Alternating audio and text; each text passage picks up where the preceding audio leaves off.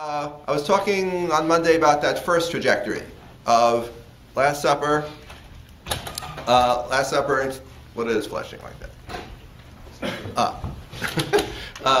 Last Supper, Eucharist, Passion of Christ, Easter. Right? That was that trajectory that we're on. And the point was that when the Christians work out a celebration of Easter, right, there is a profound memory still of the Paschal Lamb. There is a memory of the Paschal Feast still lurking behind Christian celebration of Easter. And for that, I brought you that wonderful prayer from the Book of Common Prayer. That's what we did last time. I didn't say the obvious was that just as in the Rabbinic Seder, we imagine ourselves being redeemed from Egypt, right? That we have a vicarious exodus. Our ancestors were redeemed from Egypt. We are redeemed from slavery. What slavery are we redeemed from? Metaphorical, real, not very clear. But just as we participate in their redemption, similarly for Christians, right? That this is a vicarious kind of redemption. The redemption from Egypt prefigures past event, prefigures future redemptions. The death of Christ is redemption from sin, for himself, for all humanity, for me. Okay, so we have that same sort of dynamic at work. Okay, now we're looking at trajectory number 2. Trajectory number 2, which gets us from Last Supper, from the Paschal Lamb, Last Supper, celebration of the Passover, with the words of institution, this is my blood, this is my body, and we move forward into the Eucharist, right? The formation of the Christian liturgy of the Eucharist. Here, if I understand Christian trajectory correctly, here, interestingly enough, the Passover connection is forgotten. Right? The Eucharist is taken out of its Passover connection, so Easter retains its Passover connection, but the Eucharist does not. Right? And it disassociates itself from Passover in 2 ways in the course of Christian history, where it becomes something independent, something freestanding. One is it's disassociated from the festival of Easter-Passover. It becomes a ritual that can be observed at any point. Right? That already begins with Paul, who, referring to the words of institution at the Last Supper, right, Paul does not mention the obvious fact that it happens at the Paschal Lamb, at the Paschal meal. It's independent. It just seems to be floating chronologically. Later in Christianity, in Christian history, we won't see in this course, we'll see elsewhere, sorry. Later in Christian history, some Christian groups will retain baptism and Eucharist as particularly fitting rituals for Easter. The once a year will be the occasion for these things. But as Christianity goes on, the notion, the Eucharist or the communion is celebrated all the time. In fact, nowadays it's quite common. Every Sunday you can go to a church and partake of communion. There have been debates within Christian groups about how often, when, where communion should be celebrated. But the link with Easter is broken, right, and becomes just a freestanding ritual. Similarly, in the words of institution in the Gospels, Jesus is having a meal with his disciples.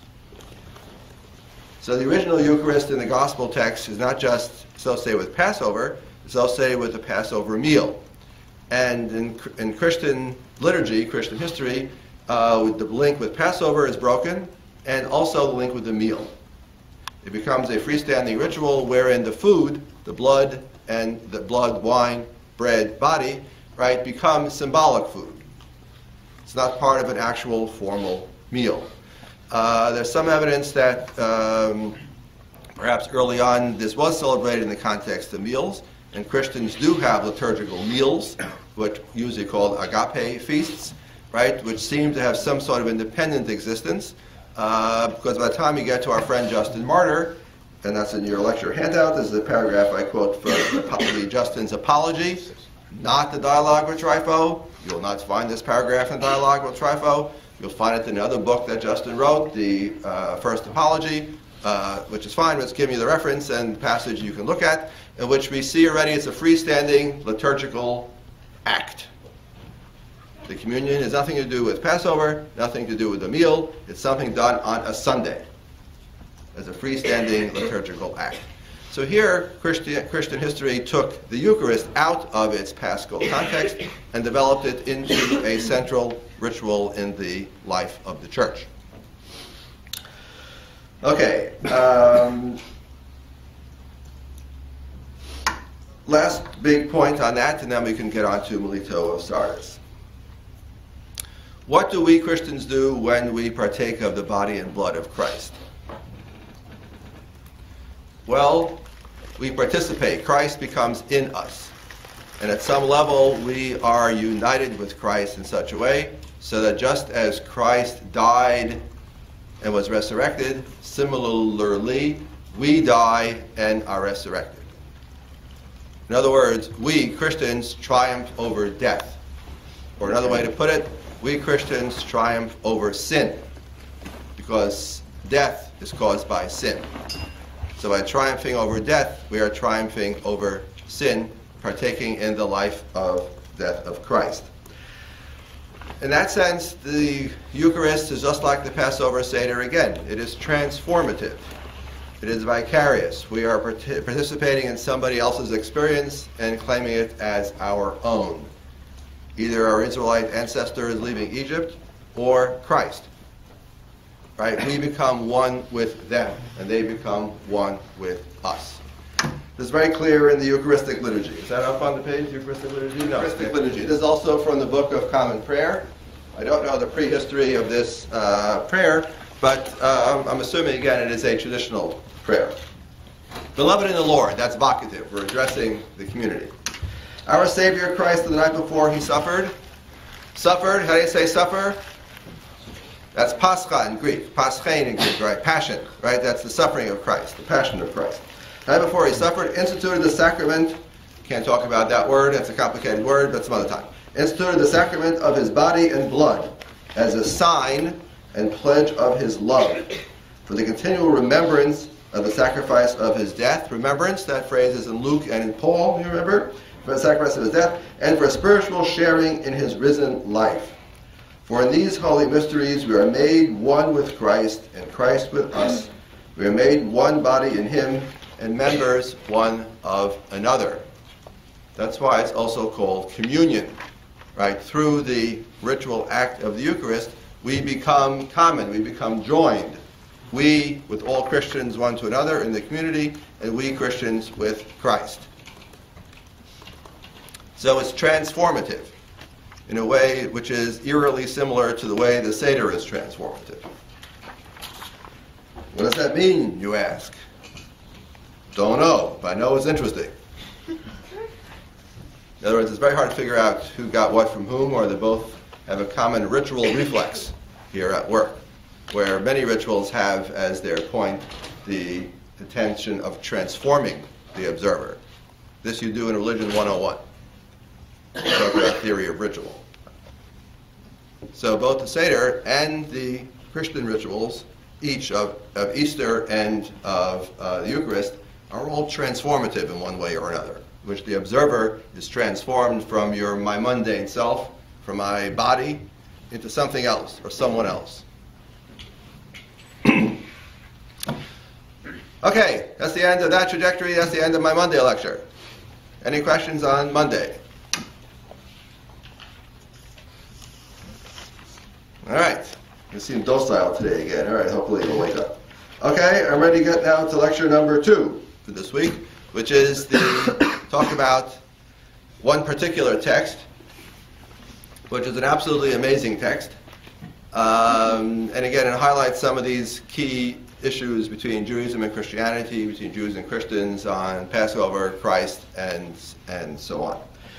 Our hero is Melito of Sardis, right? Somebody who I suspect you never heard of. Oh yes, can you? It's also on the. Click on the W. You'll on word.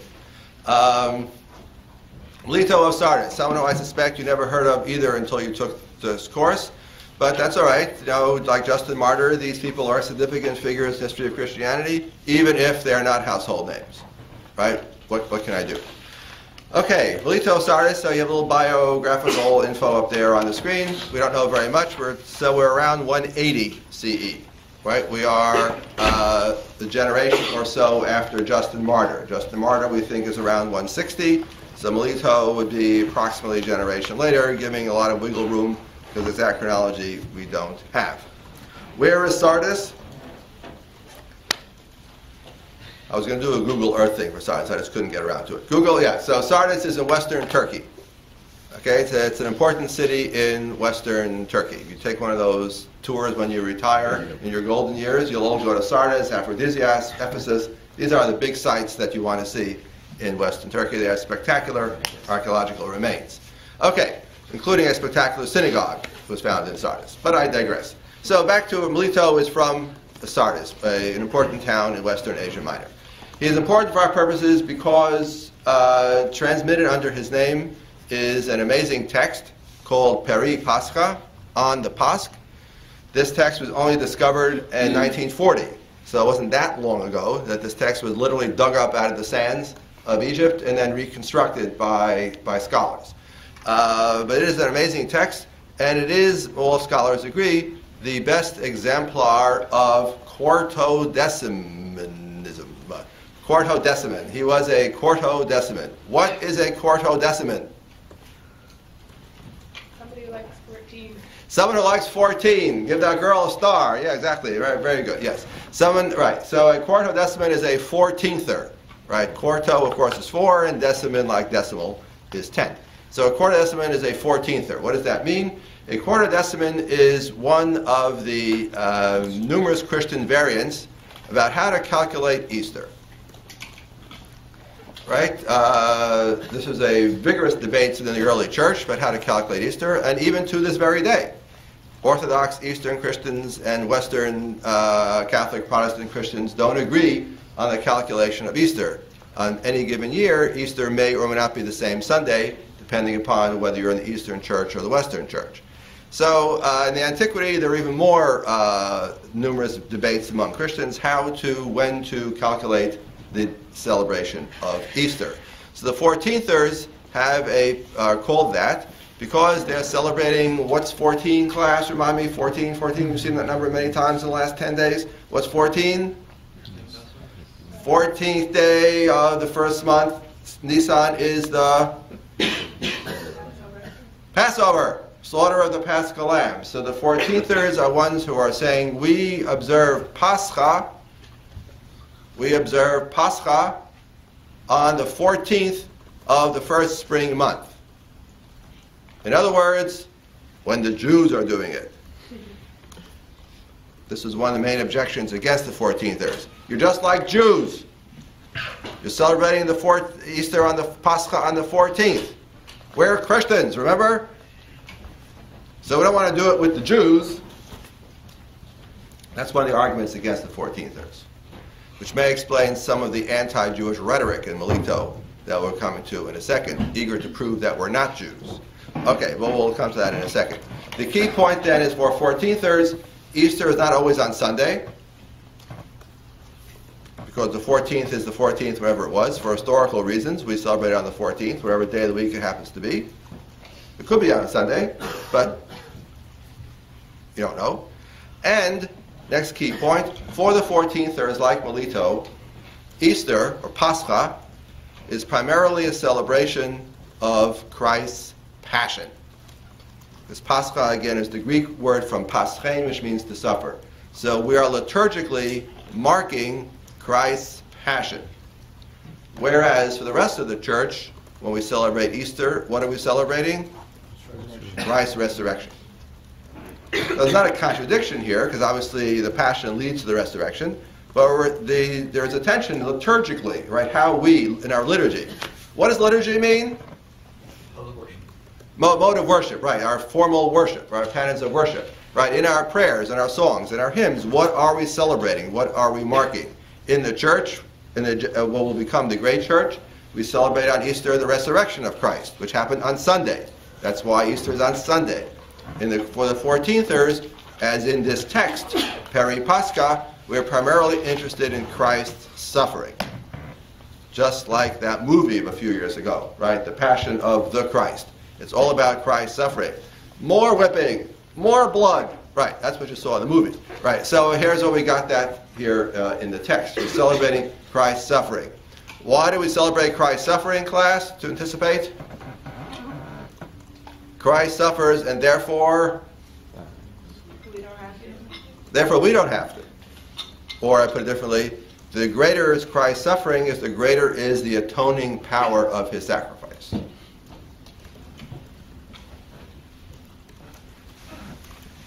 So it's not, so therefore it is Easter, but it's not exactly Easter, right? It's a certain different kind of Easter. So this, as far as we can tell, our Melito is one of these quartodecimans, even though the word does not appear anywhere in the extant fragments. This is our modern scholarly interpretation of what's going on based upon various clues, which again don't need to concern us here. But this is representative of a different kind of Christianity from what you are used to, both in terms of chronology and in terms of liturgical focus. Okay? General questions on this? Now we can look at some specific passages and features of Melito of Sardis. No. Okay. I'll take that as everybody's in agreement with me. Okay, major theme as opposed to as you're all asleep, which is the alternative. So I won't do that. So, Melito of Sardis, major themes of Melito of Sardis, Peri Pascha. I uploaded the text for you, by the way, to the course page under readings. So if you don't want to click all the way to that outside source, you can stay right here on the Harvard website if you feel more comfortable. Okay, Jesus is the Paschal sacrifice. Christ is the Paschal Lamb. Where that motif we've already seen. That comes from Gospel of John, most famously. Yes? Christ is the Paschal Lamb. Right? The day, the 14th, is the day on which Christ is slaughtered. Because that's the day on which the Paschal Lamb is slaughtered. Okay? We've seen that already, yes? You all knew that, right? Yes. I worry sometimes. Okay. So, Justin has the same idea too. I gave you a reference to it in the last lecture notes. I didn't talk about it, but Justin has even a more remarkable text, which is to say that the Paschal Lamb put on a spit. After the lamb is slaughtered, the carcass is put on a spit and then roasted whole. Right? Justin says that the image of the Paschal Lamb on the spit looks like Christ on a cross. This strains my imagination, I admit. But anyway, I've read an article, some were full of diagrams trying to figure out how a human being on a cross looks like a lamb on a spit. Anyway, maybe it's meant to be metaphorical. Anyway, for Justin, he says the one evokes the other. Or again, it's a type. Right, we'll see that in 1 second. Right, it's a type. The slaughtered lamb, Paschal Lamb, is a type for, paradigm of, model of, archetype for Christ on the cross. That is what you have throughout this whole text, from one end to the other. And here's a wonderful passage here from paragraph 103. I am your forgiveness. I am the Pascha of salvation. I am the Lamb slaughtered for you. I am your ransom. I am your life. I am your resurrection. I am your light. I am your salvation. I am your king. There's a certain flavor to this style. Either you like it, I do, or you find it really obnoxious and unbelievably repetitive and ultimately annoying. But that's just a matter of taste. Okay, that's the main point. Next point, Exodus 12. The Peri Pascha, as we have it, seems to be fundamentally an extended meditation, Christian meditation on Exodus 12. The same paragraph that I asked you to read for last week, that's the same paragraph Melito is reading as a Christian. And as a Christian, Melito is taking Exodus 12 as his departure point. And when we Christians read Exodus 12, what do we see? Answer, we see Christ. That's what we see. So Exodus 12 is the focal point of the narrative, and he tells you specifically his theory of typology in some remarkable paragraphs, which I'm going to, I'll read 1 and 2 brief excerpts here, which I gave you on your handout, right, in which he uses the word. This is all a type, he says, or a typology. Remember we discussed this word weeks ago already. So he says the text talks about the slaughtering of the lamb, but we know that it means, or it's fulfilled, or is a model, or is an archetype, as a forerunner for what's going to come later, which is the slaughter of Christ the Lamb. So here we have a few passages which I excerpted for you. So in paragraph stanza 44. At one time the slaughter of sheep was valuable, now it is without value because of the life of the Lord. The death of sheep was once valuable, now it is without value because of the salvation of the Lord. The blood was once without value, now it is salvation of the blood of the Lord. The silent land, the temple, Jerusalem, right? All these things have been fulfilled, and thereby, Melito suggests, canceled, or exhausted, or I don't know what image to use. Sort of like the battery, the battery's run out. It once had power, now it has no power because it's been exhausted. Or all its energy has been transferred to Christ.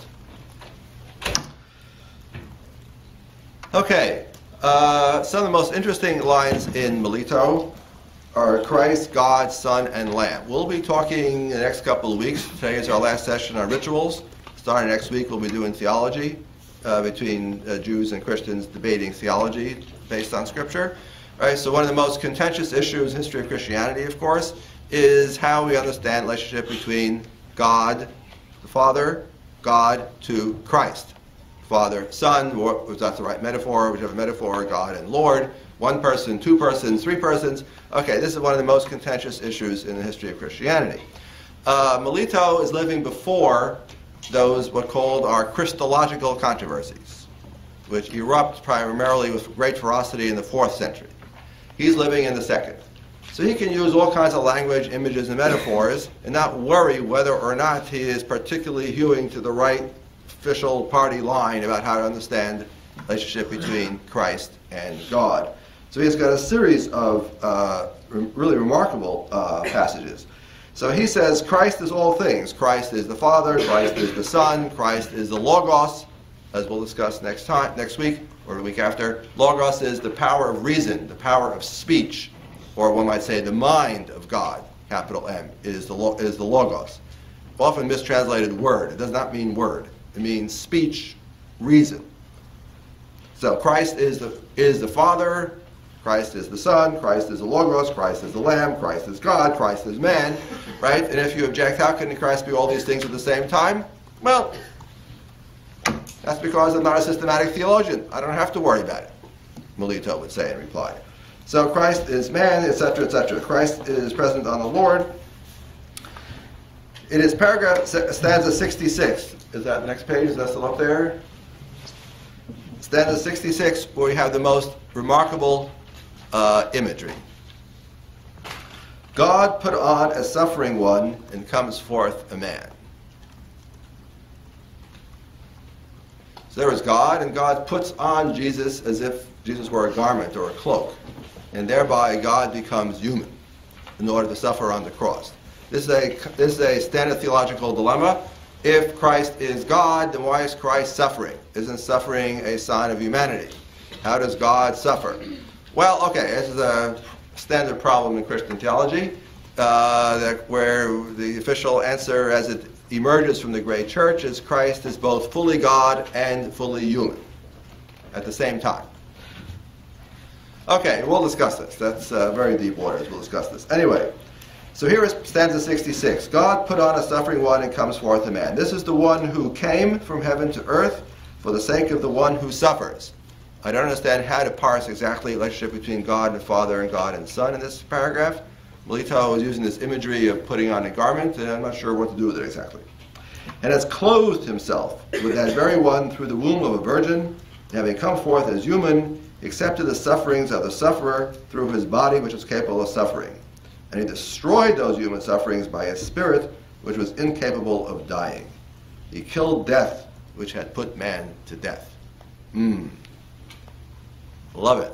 Not sure exactly what this means in theological terms, but liturgically this is powerful stuff, right? In which he relishes the paradox. He plays with the paradox. God, man, death, death thou shalt die, that sort of thing. Right. So anyway, I just observe for the moment, paragraph 66, that middle participle in Greek, right? This is the one who came or has come. In Greek it's afikomenos, which sure sounds like a word we discussed last week. Afikomon. Afikomenos is not a technical Greek word, it's just a regular old Greek middle simple participle from afiknestai. But nonetheless, there's that word, and it sure looks, resonates, sounds like something else. Don't know what to do with that. Hopefully I'll come back to that at the end. Okay, now we get to the, to be honest, the ugly part. So, let's think about the logic of it. Christ is the Paschal Lamb. Who slaughters the Paschal Lamb, class? Israelites. It's a command from Exodus. Who slaughtered Christ the Paschal Lamb? That's right. The logic is inescapable. It's the Jews, or Israel speaking theologically, Jews speaking contemptuously. Right? They are responsible for the slaughter of the Paschal Lamb. Again, Melito, like Justin, conveniently omits the Romans. Right? You would never know that there are Romans in charge of Roman Palestina.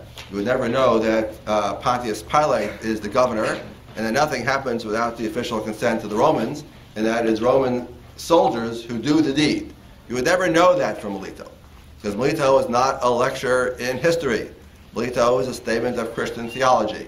And he, for Melito, as for Justin, there's absolutely no hesitation or any doubt about who bears moral responsibility. And the answer, of course, is the Jews. And here we have a particularly remarkable set of paragraphs in paragraphs 74 through 77, where he argues that Israel, on the one hand, is doing what it was necessary to do. On the other hand, Israel bears moral responsibility. This is a well-known conundrum. Witty Jew replies to Christian, well, yeah, we killed Christ, but isn't that what you wanted? How would you atone for your sins if nobody killed Christ? You need Christ to suffer and die. That's how you bring atonement into the world. Without that, there would be no atonement. So you should be thankful. So what are you angry at me for killing Christ? I'm doing what had to happen according to your own theology. That's what the witty Jew says to the Christian. This is not a new argument, right? This is an argument Melito is aware of, and so is Justin in one paragraph. If you look at the end of this paragraph, same argument in Justin Dialogue 95. Go look it up. It's the same argument. So here's Melito's response to that argument. Why, O Israel, did you do this strange injustice? You dishonored the one who honored you. You held in contempt the one who held you in esteem. You denied the one who publicly acknowledged you, blah, blah, blah, blah. Nevertheless, Israel admits, paragraph 74, I killed the Lord. Why? Because it was necessary for him to die. As you Christians yourselves say, necessary for him to die. That's why we killed him. You have deceived yourself, O Israel, rationalizing thus about the death of the Lord. It was necessary for him to suffer, yes, but not by you. Necessary for him to be dishonored, but not by you. Necessary for him to be judged, but not by you. Necessary for him to be crucified, but not by you, nor by your right hand. O Israel, you ought to have cried aloud to God with this voice, O Lord, if it is necessary for your son to suffer, and this be your will, let him suffer indeed, but not at my hands. Let him be judged by the uncircumcised. Let him be crucified by the tyrannical right hand, not by mine. In other words, Israel should have said, Jesus, why don't you go to Norway? And let the Norwegians crucify. But Israel did not say that. Israel said, we'll do it. And that's why Israel, Jews, bear the moral blame. By the way, Jews is not the language of Melito. He's always thinking biblically. So it's Israel. Right. Israel bears the blame for the crucifixion because of their willingness to accept moral responsibility for the act. Now there's a long and complicated theological history behind this, from the Hebrew Bible, about how God uses foreign nations in order to persecute Israel. So God uses the Babylonians to destroy the temple. But then what's God going to do? He's going to turn around and destroy the Babylonians. God's going to use the Assyrians to punish the Israelites. What does he do after the Assyrians punish the Israelites? He punishes the Assyrians. And if you object to some illogic to this, well, yeah, there is some logic to this, but there's a long history of this kind of speculation about how God uses people, or how people play a role in a script written out by God controlling human events. So here Israel is scripted. Israel is doing what it needs to do. Israel kills Christ. But nonetheless, somehow it bears moral responsibility for the deed, which is what Melito is talking about.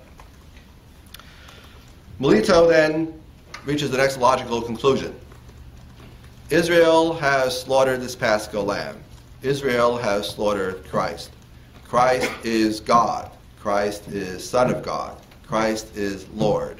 Therefore, Israel has slaughtered God.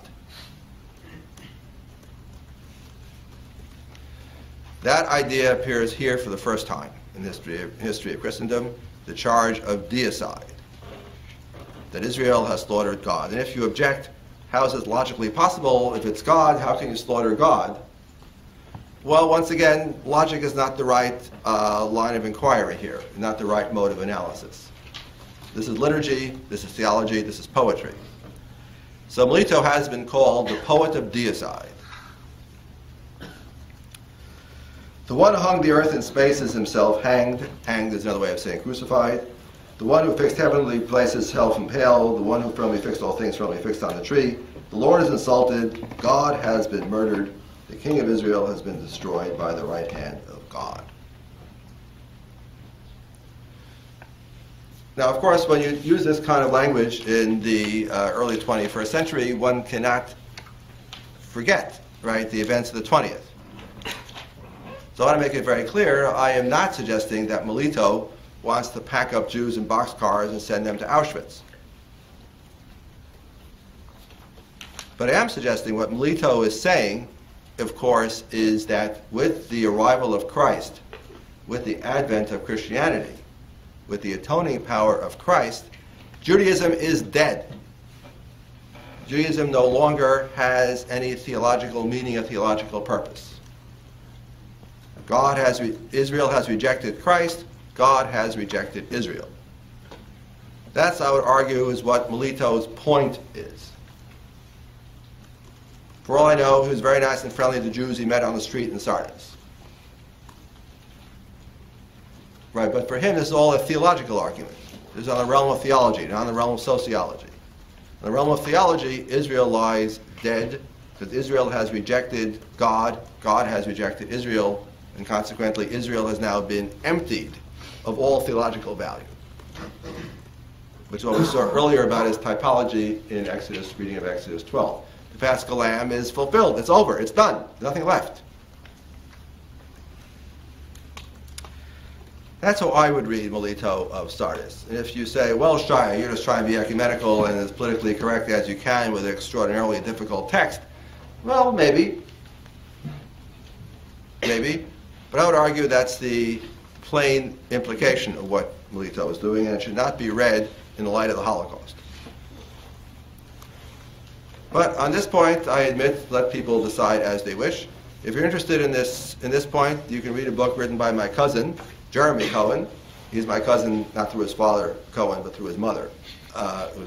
Naomi Weiner Cohen, who is my second cousin. Right. He has a book called Christ Killers, right, in which he gives a history of this motif of Jews as killers of Christ. There's a whole chapter on Melito, and he and I independently hit upon the same interpretation, but he published it first. So this is cousin Jeremy Cohen, if you're interested, on this motif. Okay, so Melito of Sardis, a very rich and interesting text. Definitely something one can chew on. Okay, questions, objections, arguments?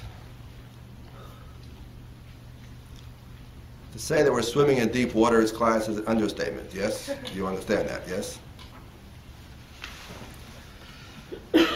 Okay, next heading in the handout. A Christian Paschal Haggadah, question mark?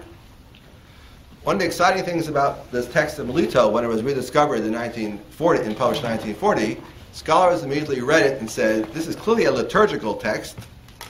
It seems to be, its setting seems to be a group setting of some kind. What are these Christians doing reading and meditating on Exodus 12? Gee, I know another text that is focused on the reading and meditating Exodus 12. It's the Haggadah. It's the rabbinic Seder.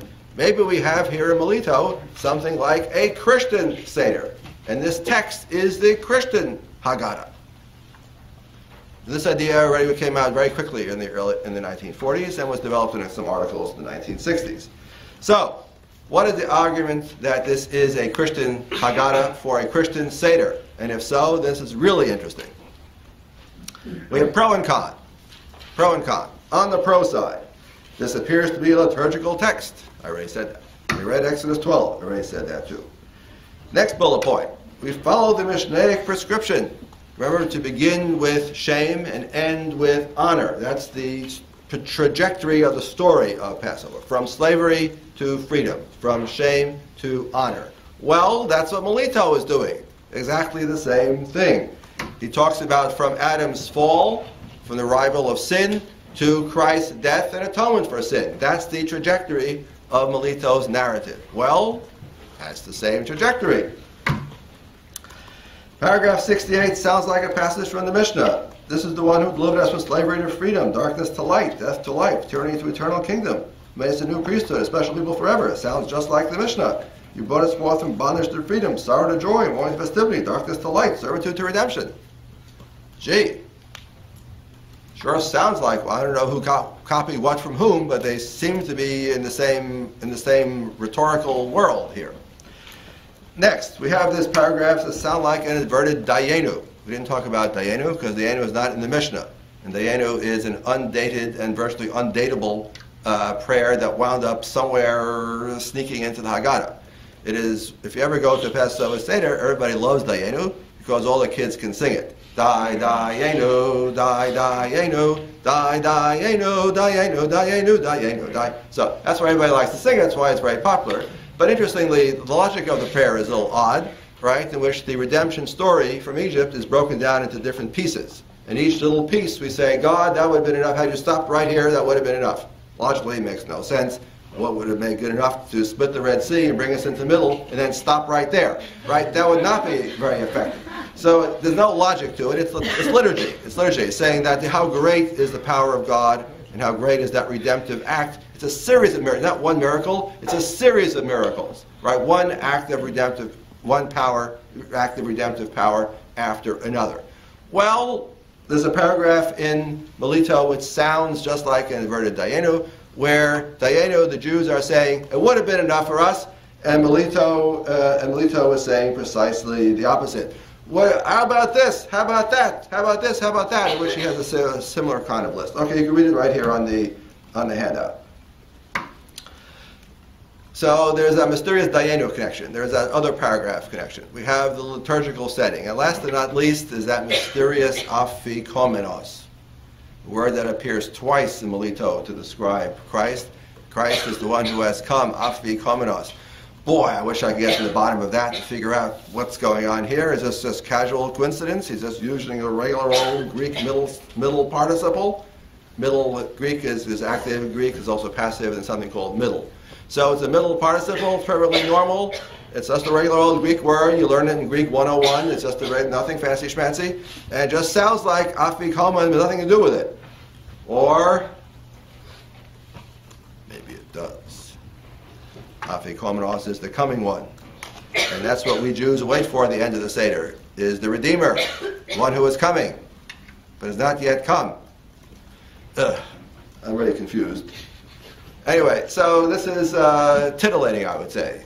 Teasing. Maybe there's some connection here, or maybe not. That's the pro argument. Con argument. And I think the negatives have it, to my mind. It's a liturgical text, yes.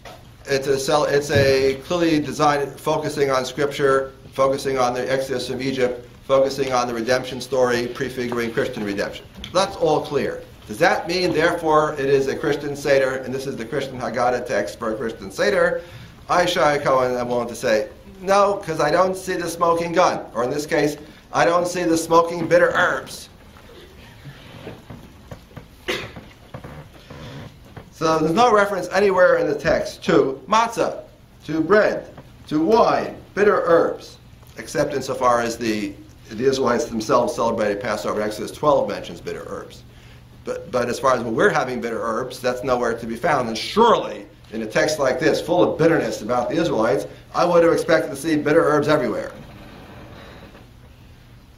No reference to the Eucharist No reference to the words of institution of Christ at the Last Supper, and indeed there was no Last Supper. There's no reference to the Last Supper anywhere in the text. So I say, if this is a Christian liturgical text, it is an odd one indeed, which leaves out all the hallmarks of Christian liturgy. Therefore, I want to say it's not a Christian Seder, it's not a Christian Haggadah. It instead is a wonderfully rich passage of Christian meditation on Exodus 12. Showing how Exodus 12, right, that most Jewish of passages full of ritual instructions of God to Moses to the Israelites, is at one and the same time a profoundly Christian passage when read through the mirror, through the lenses of the suffering, death, resurrection of Christ, which is what we see in Melita. So I wanted to say, in spite of those intriguing parallels, connections with the Passover Haggadah and the Mishnah Psachim and that mysterious Afikomenos, I still don't think it adds up to a Christian Seder. But on this point too, let everyone decide, let each person decide what your sense of the text is as you read it. All right, we're going to do a Socratic quiz. I'm right on time, actually 2 minutes early. So Shurno has a question for 2 minutes. A little filler there for 2 minutes. I can go back and read the passages. If you haven't read Melito yet, it's a little long, I admit. And also, you get the point pretty quickly, and he seems to be repetitive. But again, it's poetry, it's liturgy. You know, go with it. Surrender yourself to it. It has power, even if by the time you get to the end, it's actually a shocking text. Okay, that's it. Oh, Brandon.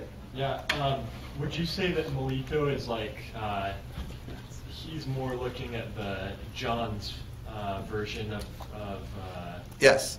As we've already discussed, John's theology of the Paschal Lamb triumphs. Everybody's got it. Okay. Right. Christ is the Paschal Lamb is such a powerful image that everybody's got it. Even if you also believe that Christ instituted the Eucharist at the Last Supper, which is illogical, but you put both together. Okay. Right. So Melito leaves out the words of institution, leaves out the Eucharist, leaves out the Last Supper. Okay. Right. Right. Fair But okay. So he's working with John. Yes. I understand like the idea that the Jews shouldn't have killed Christ, but let someone else do it. Right. But why is the slaughter of Christ, is it a bad thing if it's compared to the Paschal sacrifice? Good. You put your finger on an illogical moment. Right. Because the slaughter of the Paschal Lamb in Exodus 12 is commanded by God, which is, I guess, a good thing, right? You know, in the scale of things. Whereas, the slaughter of Jesus, of course, is a bad thing. Right, it shows that shows how wicked Jews are, or Israel. Israel is. So yes, there is a logic there. I'm not sure how to explain it. But if you push it, right? After all, the Gospel of John was not saying Christ is the Paschal Lamb in order to fix blame on the Israelites. That was not where John was going with this at all. Right, but that's where Melito was going with it. So yeah, there is a certain disconnect there. I agree with you. If you have come up with a good answer to that, let me know. I have Yes. a question about the Afikoman thing. So Yes. we talked about, when we first talked about this, you said at first it meant the Afikoman was something Jews didn't do? Like it was That's what the Mishnah says. We don't end the Paschal meal with Afikoman. Yeah. And so in that sense, it was meant to mean like after dinner entertainment. Entertainment, drinks, food, yes, exactly. So do you, is it believable that this was probably written before Afikoman was interpreted as that hidden piece of Good point. Yeah, if I had time, I would pursue the matter. Right. So again, the idea that Afikoman is something that we await and look for expectantly at the end, Yeah. namely a piece of matzah. Right. That, of course, is only found in the 13th, tested only in the 13th century and beyond. Yeah. So to make this connection pregnant or really rich, you'd have to say no, that idea of Afikoman is already old and already was interpreted symbolically already back in ancient times. And Melito, and that is playing a riff on that, or the rabbis are playing a riff on this idea of the matzah of the end of days.